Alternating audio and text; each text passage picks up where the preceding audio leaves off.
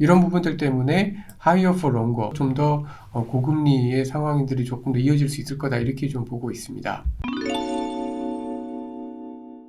네, 안녕하십니까. 유진투자증권에서 주식 전략을 맡고 있는 허재환입니다. 최근 주식시장에서 좀 화두가 되고 있는 그 AI와 관련된 주식시장의 어떤 과열 논란들에 대해서 좀 말씀드리려고 하는데요. 결론적으로는 그 자료 제목에서 좀 느끼실 수 있듯이 지금 현재 미국 주식시장과 AI가 특정한 어떤 규칙이나 그 범위에 허용되지 않는 상승세를 계속해서 이어지고 있다라는 그런 추세는 여전히 좀 유효하다라고 좀 판단을 좀 하고 있습니다. 따라서 아직까지 좀 가격에 대한 부담이 3월 주식시장 내에 좀 있긴 하겠습니다만은 전반적으로 상승 추세는 유효할 거다. 그리고 주식시장 포트폴리오 내에 반도체와 AI 쪽이 항상 좀 중심이 될 필요가 있다. 이렇게 결론적으로 좀 말씀드릴 수 있을 것 같습니다. 자료를 보면서 간략하게 좀 더 말씀드리겠습니다.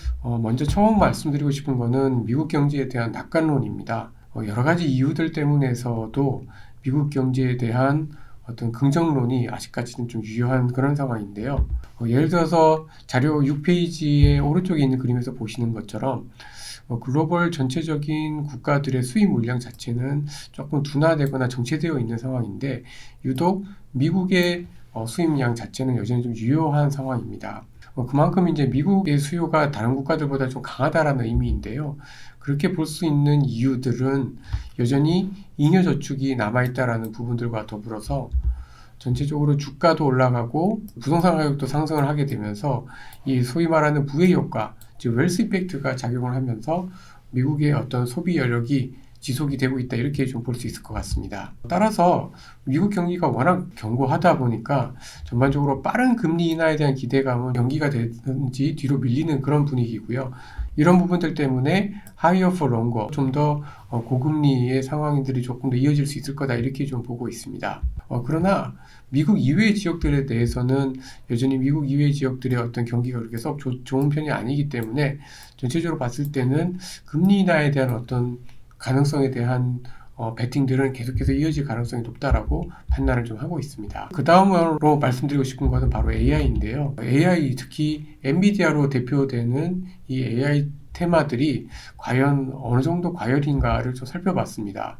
사실 주가 상승 측면에서 봤을 때는 90년대 후반에 인터넷 버블의 어떤 주도주 역할을 했었던 시스코와 최근에 엔비디아의 주가 상승 속도가 굉장히 좀 비슷하다, 이런 지적들 때문에 지금 굉장히 좀 주의를 해야 된다라는 걱정들도 있습니다만은 사실 99년, 2000년대에 시스코 주가가 급락을 할 수 있었던 요인들은 바로 매출 증가율이 이렇게 둔화되고 있는 반면에 주가 상승률이 굉장히 좀 빨랐기 때문에, 즉 펀더멘털과 주가와의 관계가 좀 깨져 있거나 오히려 펀더멘털보다 주가 상승이 좀 빨랐기 때문에 시스코 주가가 결국에는 하락하지 않았었나라고 좀 보여집니다. 최근 들어서 물론 매출이 늘어나는 것보다 주가가 조금 더 빨라지면서 약간 엔비디아조차도 조금 숨고르기를 할 수 있는 국면이긴 합니다만은 전반적으로 매출 증가 자체가 좀 올라가고 있고 여전히 펀더멘털의 방향과 주가의 방향이 같은 방향이다라는 점에서 아직까지는 좀 버블에 대한 우려를 하기에는 좀 이른 시점이다라고 평가를 하고 있습니다. 그러면 3월 달에는 또 어떤 모멘텀이 있을까를 좀 살펴봤는데요. 3월 달에는 중국을 조금 더 살펴볼 필요가 있지 않을까라고 생각을 좀 하고 있습니다. 특히 중국의 부동산과 관련된 부동산 판매라든가 부동산 착공과 같은 지표들이 최근 들어서 조금씩 감소폭을 줄이고 있기 때문에 3월에 있을 양회라고 하지요. 정협과 전인대를 전후로 해서 중국의 이 부동산과 관련된 정책들이 조금 더 강화가 된다라고 하면 한국 시장에 부정적인 영향을 많이 줬었던 중국 시장이 좀 안전판이 되면 국내 주식 시장의 흐름도 좀 더 긍정적일 수 있다, 이렇게 좀 판단을 좀 하고 있습니다. 마지막으로 국내 밸류업 프로그램에 대해서 말씀드리고 마치도록 하겠습니다. 2월 26일 날 있었던 1차 밸류업 프로그램은 약간은 강제성이라든지 이런 세제 혜택이 좀 빠지면서 약간 좀 밋밋하지 않았나라는 평가들이 좀 많은 편입니다. 그러나 실망은 좀 이르다라고 좀 보고 있는데요.